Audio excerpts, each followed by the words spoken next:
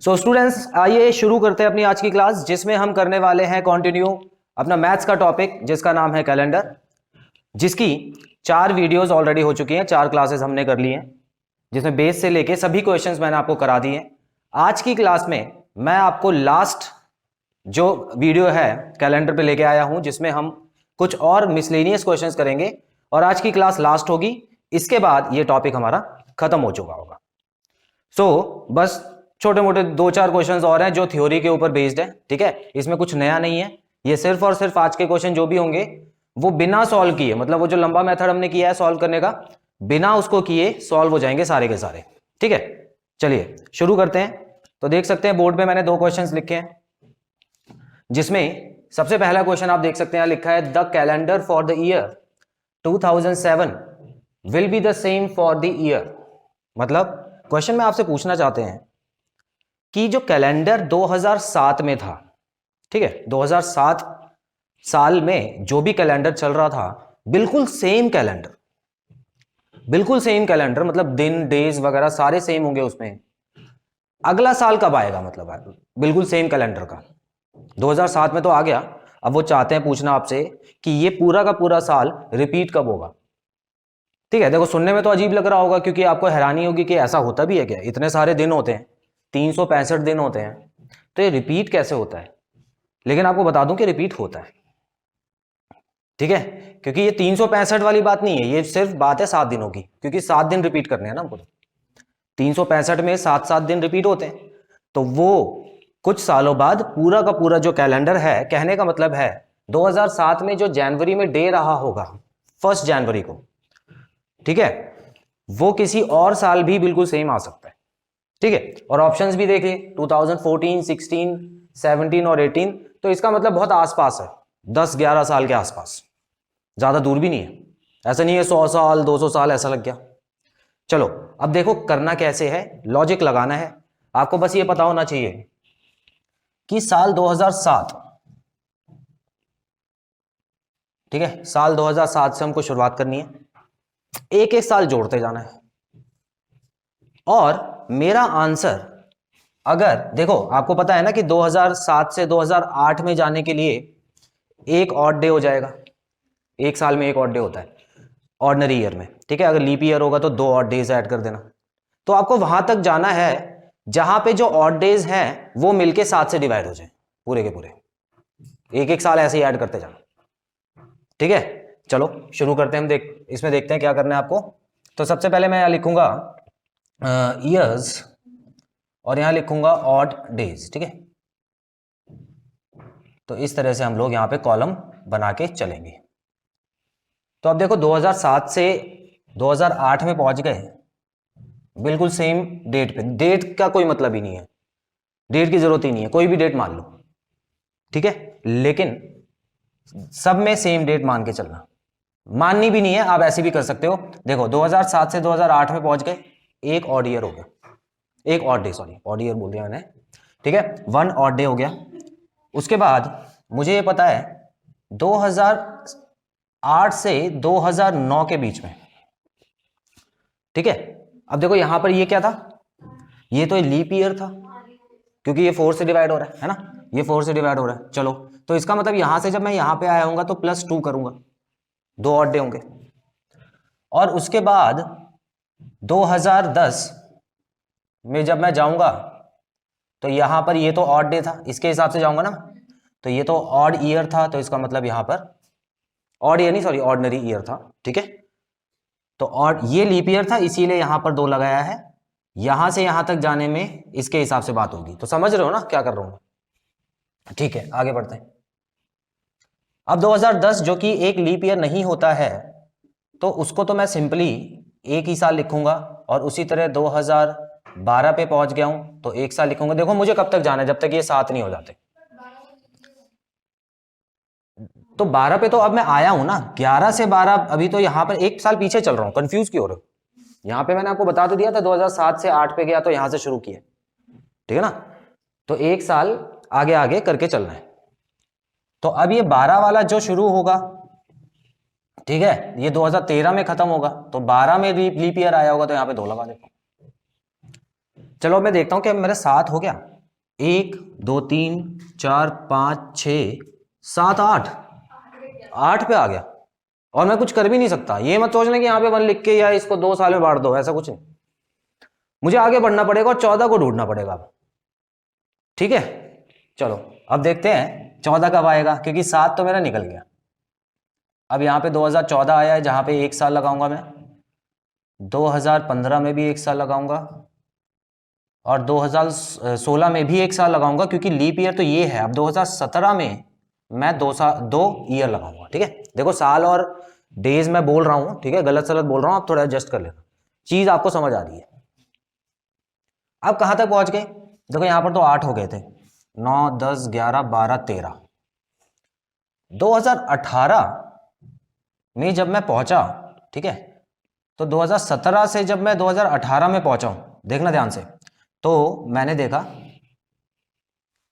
यहां पे 14 आ गया। ठीक है, तो 14 ऑड डेज आ गए कहां पे, 2018 में। तो 2018 का जो कैलेंडर होगा ना, वो 2007 के कैलेंडर से बिल्कुल सेम रहेगा, याद रखना, है ना, सिंपल, कुछ करना ही नहीं पड़ा। तो 2018 हमारा इसका आंसर है। तो आप शॉर्ट में ये भी बोल सकते हो कि हर 11 साल बाद जो कैलेंडर होता है वो रिपीट होता है। ठीक है, हर 11 साल बाद ऐसा होता है कि जिस दिन आपका बर्थडे आया होगा ना 11 साल पहले, उसी दिन 11 साल बाद आपका बर्थडे आएगा, बिल्कुल सेम डे पे। क्लियर, इजी था। चलो बहुत सिंपल क्वेश्चन था, आगे बढ़ते हैं। थ्योरी पे बेस्ड था, कुछ भी हमने नहीं किया, लीप ईयर वगैरह कुछ निकालने की जरूरत नहीं पड़ी, बस ऑड डेज को ऐड करते चलेगा। यहां पे मैं लिख देता हूं टोटल 14 डेज। ठीक है, तो जब मैंने 14 को 7 से डिवाइड करके ऑड डेज निकालने की कोशिश की तो ये 0 ऑड डे आया, क्योंकि रिमाइंडर कुछ बचेगा ही नहीं। सेकंड क्वेश्चन की तरफ बढ़ते हैं। लिखा है the last day of the century cannot B.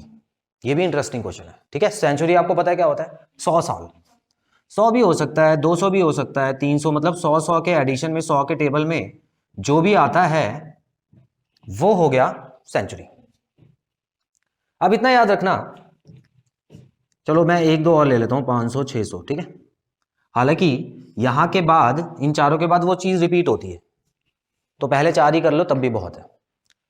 आपको टेबल पता है कि जब भी हमारे 0 ऑड डेज आते हैं तो उस दिन को क्या बोलते हैं हम, संडे बोलते हैं। ठीक है, उसी तरह 1 को मंडे बोलते हैं, 2 को ट्यूसडे, 3 को वेडनेसडे बोलते हैं और 4 को थर्सडे, 5 को बोलेंगे हम फ्राइडे, 6 को सैटरडे, 6 तक ही होते हैं। ठीक है, क्योंकि 0 से लेके 6 हो गए ना, तो ये 7 हो गए टोटल नंबर 7 हो गए। ठीक है, ठीक है, अब मैं क्या करने वाला हूं, मुझे ये बात पता है कि 100 साल में, है ना, ये थ्योरी पे बेस्ड था, आपने थ्योरी पढ़ी हुई है, सॉरी 5 ऑड डे होते हैं, सॉरी 0 लिख दिया मैंने गलती से, 5, हर 100 साल में 5 ऑड डे आते हैं।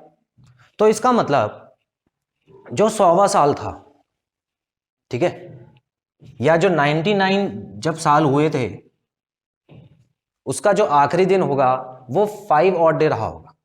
लास्ट डे पूछा है ना, देखो the last day of the century. ठीक है, तो इसका मतलब आप ऐसे समझो कि इसका दिन, आपको कुछ लॉजिक में जाने की जरूरत नहीं है इसके लिए, आपको पता है कि 100 साल में कितने होते हैं, 5 ऑड डे होते हैं, और 5वां नंबर किसका होता है, फ्राइडे का। तो फ्राइडे हो सकता है, सेंचुरी का आखिरी दिन फ्राइडे हो सकता है। ठीक है, आगे बढ़ेंगे। इसमें आपको पता है 10 ऑड डेज होते हैं, इसमें 10 ऑड डेज होते हैं, जिसमें से 7 निकाल लेते हैं तो कितने बचते हैं।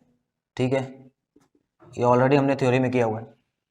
ठीक है, तीसरा कौन सा होता है, वेडनेसडे होता है, तो इसका मतलब वेडनेसडे भी हो सकता है। आगे बढ़ेंगे। इसमें देखो 3 साल हो गए, 15, मतलब 1 और डे बचता है इसमें। 1 का क्या होता है, मंडे भी हो सकता है इसका मतलब। ठीक है, मंडे भी हो सकता है। आखिरी और कर लेते हैं, 400 का क्या रहेगा, देखो हमको पता है 400 में 21 आ जाता है। कैसे आता है, पहले 20 आता है, क्योंकि 4 बार मल्टीप्लाई कर दे 20 आ गया, और एक लीप ईयर है तो उसका एक दिन और ऐड हो जाता है। ठीक है, तो 400 साल में 0 ऑड डे होते हैं, तो इसका मतलब 0 का क्या आता है, संडे। तो ऑप्शन में देख लो, इनमें से जो नहीं है ना वही आंसर है, ठीक है। तो ऑप्शन में ट्यूसडे देख लो, ट्यूसडे जो है वो 100 साल के एंड में कभी नहीं आएगा, इतना याद रखना। क्लियर? चलो इसका स्क्रीनशॉट लो, आगे बढ़ते हैं। सो स्टूडेंट्स, चलिए आखिरी 2 क्वेश्चन कर लेते हैं इस चैप्टर के। और ये 2 क्वेश्चन भी ज्यादा टाइम टेकिंग नहीं है, बड़े सिंपल से हैं। और पहला क्वेश्चन अगर आप देखें, क्वेश्चन नंबर 3, तो यहां पर आप देख सकते हैं थ्योरी पार्ट जो हमने किया था उसी में इसका आंसर छुपा हुआ है। पूछा है कि इन चारों में से जो भी आपको ये 4 ऑप्शन दिए हुए हैं, इसमें से लीप ईयर कौन सा नहीं है, ठीक है, नॉट अ लीप ईयर। अब हमको ऑर्डर तो पता ही है लीप ईयर्स का। देखो सेंचुरी की बात हो रही है ना, ये नॉर्मल ईयर्स की बात नहीं हो रही, सेंचुरी की बात हो रही है। अब मैंने आपको बताया था लीप ईयर को पहचानने के 2 तरीके होते हैं, ठीक है। अगर हम ईयर्स के हिसाब से देख रहे हैं, तो हम देखते हैं कि कोई भी ऐसा ईयर जो कि 4 से डिवाइड हो जाए वो लीप ईयर होता है। लेकिन जब हम सेंचुरी के हिसाब से देखते हैं, हर 100 साल के हिसाब से जब हम देखेंगे, तो वो वाला जो नंबर है वो हमेशा 400 से डिवाइड होना चाहिए, तभी वो लीप ईयर होगा, है ना। ठीक है, तो बस ये सेंचुरी वाला फंडा यहां पे लगा दो। अब देखो इस क्वेश्चन में एक और तरीके का क्वेश्चन आ सकता था, वो आपको साल दे देते। मान लो यहां पर, चलो मैं इसी में एक क्वेश्चन ऐड कर देता हूं, ठीक है। मान लो यहां पे लिखा है 2011, फिर 2006 लिखा है, और उसके बाद लिखा है 1946, ठीक है, और उसके बाद लिखा है 2004, ठीक है। थोड़ा सा क्वेश्चन चेंज कर दिया मैंने, यहां पर ऑप्शन मैंने ऐसे लिख दिया कि लीप ईयर बताओ कौन सा इसमें से, ठीक है। तो चलो पहले ऊपर वाला क्वेश्चन कर लेते हैं। तो ऊपर वाले क्वेश्चन का सीधा सा आंसर देखो, 400 के टेबल में देखेंगे, 400 के टेबल में 2000 भी आता है, तो ये तो आंसर होगा नहीं, ये लीप ईयर है। ये भी आता है 400 के टेबल में, तो ये भी लीप ईयर है, ये भी लीप ईयर है। तो हमारे ये तीनों आंसर गायब, और जो आंसर 700 है वो हमारा आंसर हो गया। अब इसी क्वेश्चन को एक और तरह से पूछा जा सकता है कि इनमें आपको ये बताना है कि लीप ईयर कौन सा है। तो वही देख लेना, क्योंकि ये साल के हिसाब से है ना, तो इसमें 400 से डिवाइड मत करना, इसमें सिर्फ 4 से डिवाइड करके देखना। तो मेरा 4 से इनमें से सिर्फ एक ही नंबर डिवाइड हो रहा है, जो कि हो रहा है 2004। क्लियर? तो ऐसे क्वेश्चन कर लोगे अब। चलो अगला क्वेश्चन देखेंगे। यहां पे बस कुछ नहीं है, अलजेब्रा का यूज किया है। अच्छा, एक इसको करने से पहले मैं एक चीज आपको बताना चाहता हूं। देखो, अगर आपको दिया होता कि 8 वीक्स एंड 8 डेज, ठीक है, 8 वीक्स एंड 8 डेज, इसमें कितने दिन होते हैं, है ना। तो आप क्या करते, कोई बताएगा मुझे तुम में से? सबसे पहले मतलब पूरे सबको दिन में कन्वर्ट करना है, मुझे डेज में कन्वर्ट करना है। क्या करूं मैं? 7 होते हैं, ठीक है, ठीक, 56 हो गया, ठीक है। हाँ, मतलब 8 डेज अलग से भी दे रखे हैं, हाँ, तो उसमें प्लस कर देंगे ना, मेन चीज ये थी, प्लस कर देंगे ना, ये है ना। तो 56 प्लस 8 इज इक्वल टू हो गया 64, ठीक है। तो टोटल 64 डेज आ गए। अब देखो, पता है ये जब एक्स में दे देते हैं तो पता नहीं क्या दिक्कत हो जाती है बच्चों को। अब यहां पे वो मल्टीप्लाई करने लग जाते हैं, ठीक है। देखो वो क्या करते हैं, वीक्स को डेज में कन्वर्ट कर दिया, मतलब 7x तो पता हो गया। अब 7x मल्टीप्लाई बाय x कर देंगे 7x का स्क्वायर, गलत है, समझ गए। तो इसमें करना कुछ नहीं है, देखो 8 की जगह मैंने x लगा दी, ठीक है,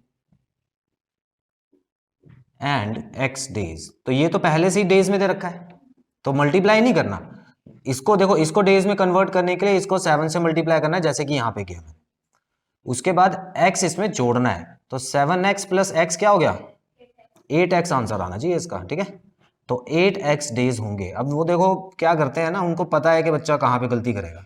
भाई बहुत ऐसे वैसे लोग नहीं बैठे, बहुत पढ़े लिखे लोग बैठे हैं ऊपर, ठीक है, पता है उनको कि जहां पे उन्होंने गलती की थी कहीं, वहां पर कोई बच्चा कर सकता है, तो वो क्वेश्चन बना देते हैं इसमें, ठीक है। तो चलो इसका आंसर जो हमारा आएगा ऑप्शन बी आएगा, और कोई आंसर इसमें सही नहीं बैठ रहा है। सो आई होप आपको आज के कराए गए सारे क्वेश्चंस क्लियर है। बहुत छोटी वीडियो थी, और कैलेंडर पे इसी में से क्वेश्चन आएगा, और कोई एक्स्ट्रा क्वेश्चन नहीं आएगा, ठीक है। कोई भी एग्जाम हो, चाहे CSAT का आप दे लो, चाहे आप SSC या IBPS की बात कर लो, आपको कैलेंडर का अगर कोई क्वेश्चन आता है तो इसमें से आप कर सकते हो।